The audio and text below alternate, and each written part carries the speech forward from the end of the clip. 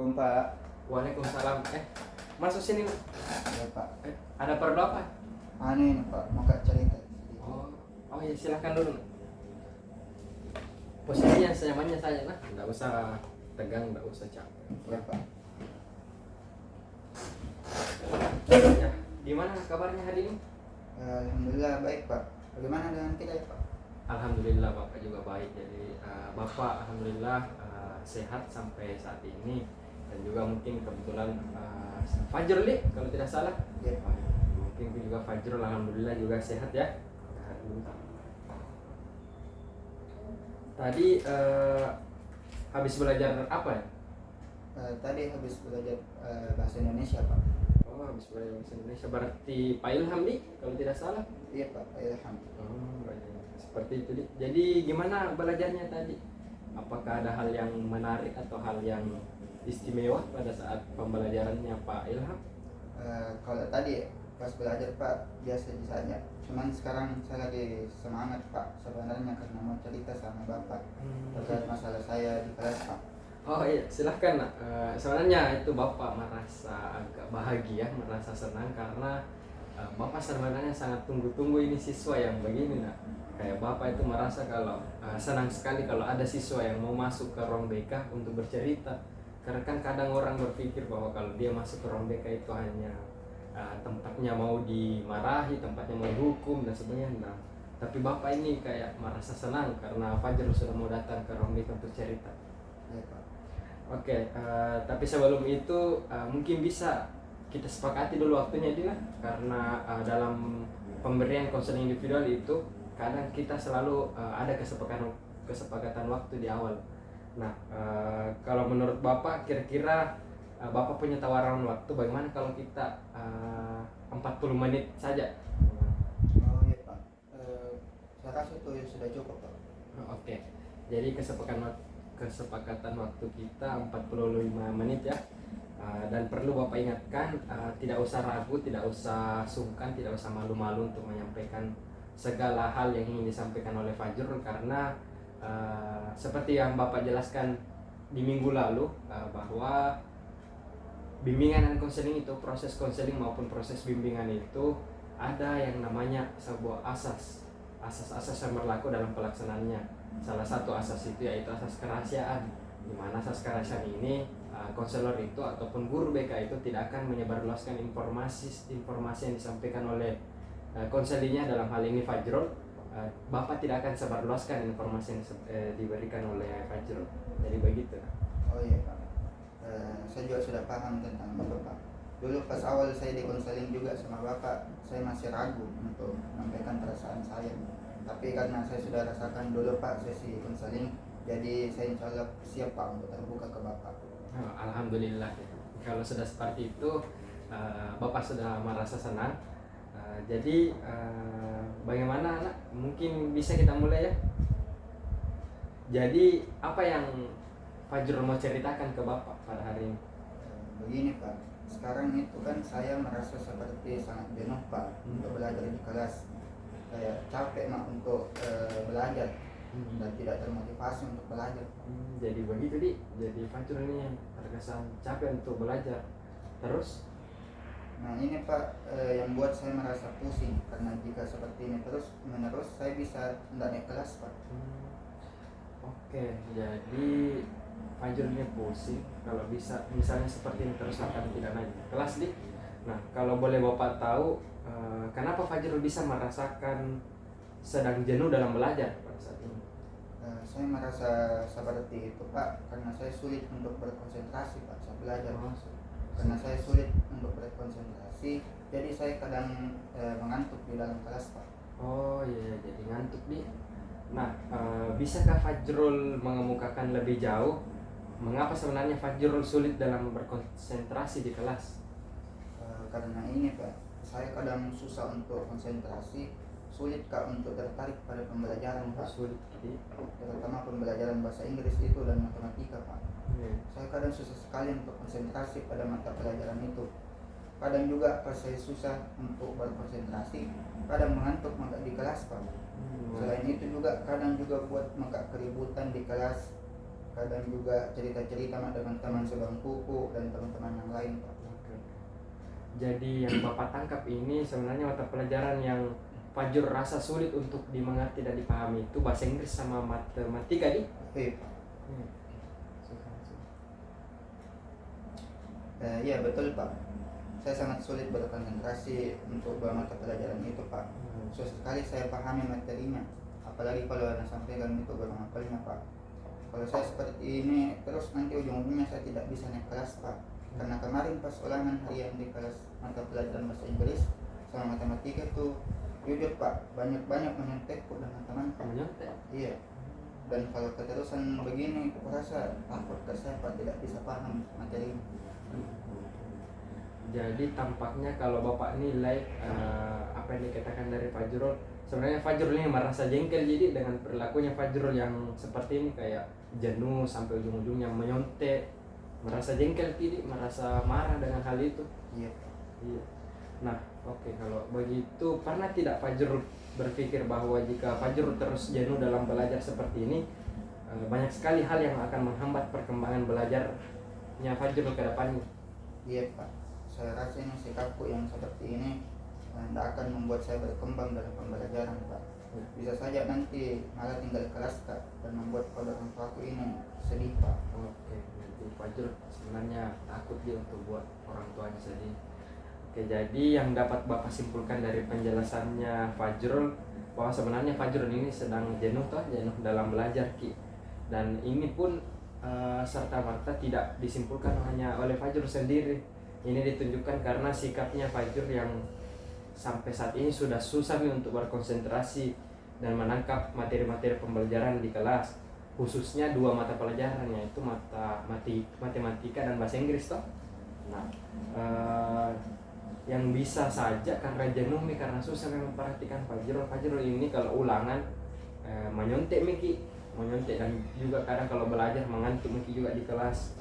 Nah, bisa saya simpulkan juga Fajrul ini merasa jengkel, merasa marah dengan dirinya sendiri. Karena hal ini bisa saja membuat kedua orang tuanya Fajrul merasa kecewa dan sedih. Nah, bagaimana? Apakah benar itu Fajrul? Benar sekali Pak, itu yang saya rasakan saat ini Pak. Oke. Bapak bisa merasakan apa yang kamu rasakan sekarang ini. Bapak mengerti sekali rasanya itu kalau kita selalu ingin membuat kecewa orang tua kita. Pasti kamu merasa kecewa dengan dirimu karena tidak memberikan kebahagiaan pada kedua orang tuamu. Iya Pak, betul sekali. Oke, baiklah. Sekarang Bapak punya sebuah metode. Silahkan Fajrul utarakan semua perasaanmu, hal-hal mengenai permasalahan yang kamu hadapi sekarang ini. Tetapi Fajrul harus tambahkan di belakangnya sebuah kalimat, saya bertanggung jawab atas segala perbuatan saya. Kalau Bapak contohkan semisal, saya kalah dan saya bertanggung jawab atas kekalahan saya itu. Nah, bisa kira-kira Fajrul? Bisa Pak. Oke. Ya, silakan Fajrul. Saya kecewa dan saya bertanggung jawab atas kekecewaan saya. Saya merasa saya jenuh dalam belajar dan saya bertanggung jawab atas perbuatan saya. Saya marah pada diri saya sendiri dan saya bertanggung jawab atas kemarahan saya. Saya sering mengantuk di kelas dan saya sering menyontek saat ulangan dan saya bertanggung jawab atas segala perbuatan saya di kelas. Oke. Baik, apakah hanya itu saja yang ingin Fajrul sampaikan? Iya Pak, mungkin itu saja. Oke, baik. Nah, setelah Fajrul melakukan pengungkapan perasaan seperti itu, mengutarakan apa yang ada dalam benaknya Fajrul dan ditambah dengan rasa tanggung jawab yang disampaikan juga oleh Fajrul, apakah ada sebuah perubahan perasaan atau pola pikir yang ada dalam Fajrul sekarang ini? Iya Pak, betul. Saya merasa sadar akan tanggung jawab itu Pak. Oke, jadi karena Fajrul sudah sadar akan perasaan-perasaan yang kamu ingkari saat ini? Iya Pak, saya sudah sadar perasaan-perasaan yang saya ingkari selama ini. Jadi saya merasa bertanggung jawab atas semua yang saya perbuat. Oke, alhamdulillah. Kalau boleh Bapak tahu sebenarnya apa perasaan yang Fajrul rasakan saat ini? Perasaan saya saat ini itu Pak seperti seluruh perasaan mengenai keadaan buruk saya sekarang ini akibat dari kebiasaan buruk saya sendiri. Ya. Saya merasa sadar Pak kalau saya sering menyontek dan mengantuk dalam kelas karena perasaan jenuh dalam belajar saya Pak.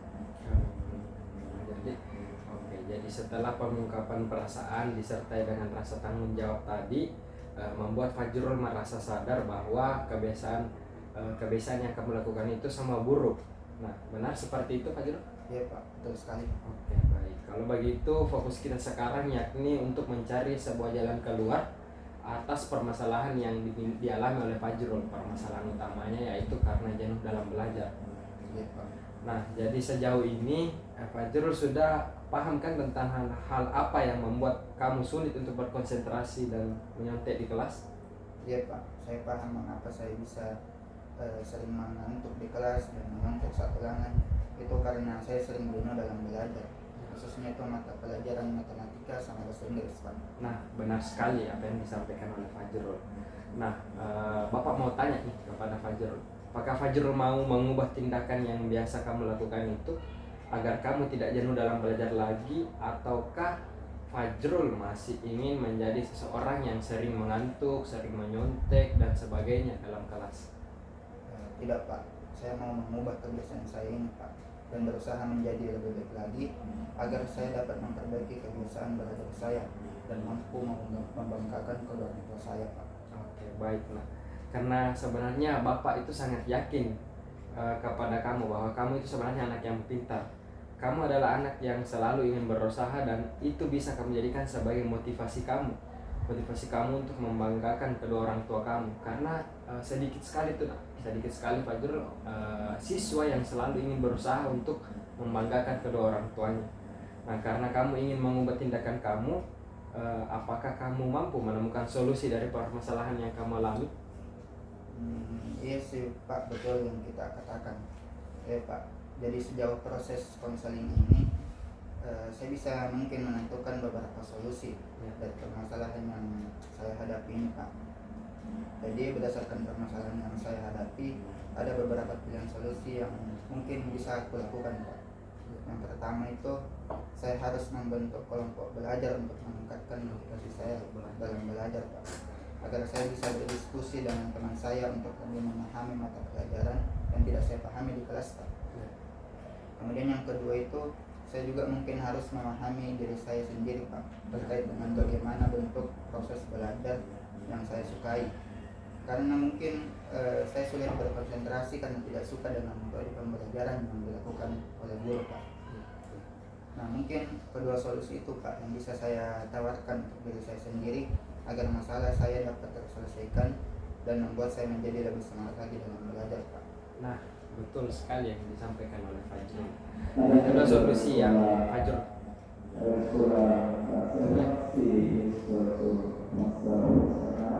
kayaknya kelas 7C.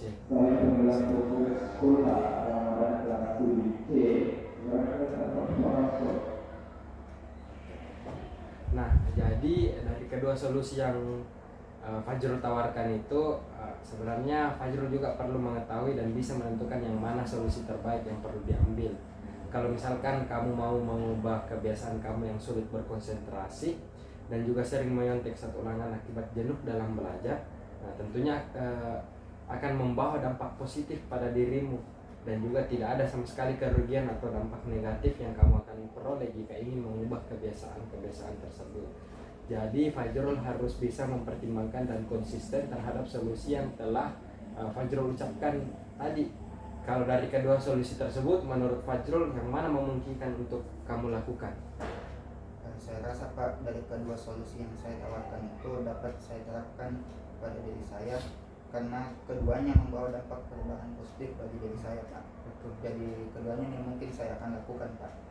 Saya harus bisa mengubah kebiasaan menyontek di kelas dan juga mengantuk di kelas agar saya bisa menjadi pribadi yang lebih baik Pak. Ya, betul. Kalau Bapak dengar tadi solusi kamu yang pertama itu membentuk kelompok belajar, ya itu memang sudah benar bahwa kamu itu bisa meningkatkan keterampilan belajar kamu dengan melalui kelompok-kelompok belajar yang kamu bentuk. Dan juga yang kedua, kamu juga harus memahami diri tadi yang sebenarnya disampaikan. Berarti sebenarnya kamu juga memang harus mengetahui dulu konsep diri kamu, kamu harus mengetahui atau mampu menilai diri kamu sendiri terlebih dahulu. Nah, jadi dari pernyataan kamu tadi, kamu memilih dua alternatif solusi yang kamu tawarkan kan? Apakah Fajrul sanggup mengubah perilaku tersebut? Iya Pak, insya Allah mau dan sanggup Pak. Saya akan berusaha untuk menjadi pribadi yang baik lagi, menjadi lebih termotivasi dalam segala proses pembelajaran di sekolah kami. Oke, baik. Nah, sebenarnya Bapak sangat yakin kamu pasti sanggup mengubah perilaku kamu tersebut dan bisa menjadi pribadi yang lebih baik lagi ke depannya. Nah, jenuh dalam belajar yang dialami setiap siswa itu adalah suatu hal yang wajar, Pak Jero. Perlu Bapak beritahukan ke kamu bahwa jenuh dalam belajar itu sangat wajar. Wajar sekali tuh. Bapak bahkan pernah merasa jenuh dengan pekerjaannya Bapak. Nah, karena setiap orang itu pasti pernah merasa jenuh dalam belajar. Bapak bahkan pada saat SMP dulu juga pernah merasa jenuh dalam belajar. Tapi Fajrul harus bisa mengubah kebiasaan itu agar segala tindakan Fajrul yang mengganggu proses belajarnya dapat diubah dan diatasi untuk menjadi lebih baik lagi ke depannya. Dan hal ini tentunya akan memberikan sebuah kebanggaan tersendiri pada diri Fajrul maupun kedua orang tua Fajrul, karena Fajrul sudah bisa mengatasi masalah permasalahan belajarnya Fajrul agar bisa menjadi lebih baik ke depannya. Waduh, mati lampu.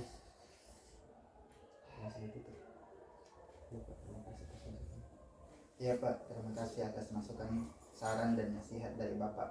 Semoga saya bisa menerapkannya dalam kehidupan saya sehari-hari Pak. Kalau begitu saya izin pamit dulu Pak. Iya Pak Jero, mohon maaf ya karena ini sudah mati lampu juga. Iya Pak. Jadi mungkin kita bisa lanjut pertemuan konseling kita ini setelah lampu menyala ya. Iya Pak. Ataukah bagaimana perasaannya Pak Jero? Apakah sudah tenang apa dan sebagainya? Alhamdulillah sudah agak tenang Pak. Oh, alhamdulillah. Oke, kalau begitu Bapak ingin mengucapkan terima kasih kepada Fajrul karena sudah mengikuti sesi konseling kita pada hari ini, dan juga Bapak ucapkan semangat kepada Fajrul. Semangat, jangan capek-capek untuk belajar, jangan pantang menyerah, pokoknya teruslah cari bagaimana posisi atau gaya belajar kamu supaya kamu bisa membanggakan kedua orang tua kamu. Oke, karena situasi sudah tidak mendukung karena ini mati lampu ya. Kayaknya Bapak baca beritanya di PLN tadi pagi, ini lampunya kayaknya padam sampai jam 12. Iya Pak. Oke. Kalau begitu kita sudahi dulu ya Nak. Mohon maaf karena situasinya sudah tidak mendukung. Terima kasih Bapak, ucapkan kembali terima kasih. Ya mungkin cukup sekian ya Nak. Iya Pak. Mungkin saya telat juga Pak. Iya. Oke, terima kasih Nak. Lain kali kita lanjutkan sesi konseling kita pada hari ini.